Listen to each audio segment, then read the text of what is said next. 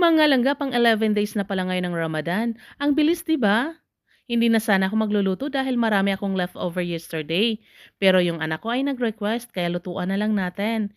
Ito pala yung gusto niya, mga langga, yung white sauce chicken pasta. Una pala naglagay ako dito ng butter, then sinunod ko na rin yung chicken na minarinate ko, mga langga, sa ground pepper, then paprika at salt. Then halo-haluin natin. Pagkatapos, lagyan natin ng cilantro para mabango. Then, pwede na natin ilagay yung cream, mga langga, at huwag kalimutan, maglagay tayo ng cheddar cheese para cheesy ang dating. At naglagay din pala ako dyan ng mozzarella. Yan kasi ang gusto niya. At pagkatapos, pwede na natin ilagay yung pasta. Then, halo-haluin lang natin ng maigi, mga langga. At ito na nga siya. Pwede na to, mga langga. Ito na yung pinaka-breakfast namin. At ano pang inantay na?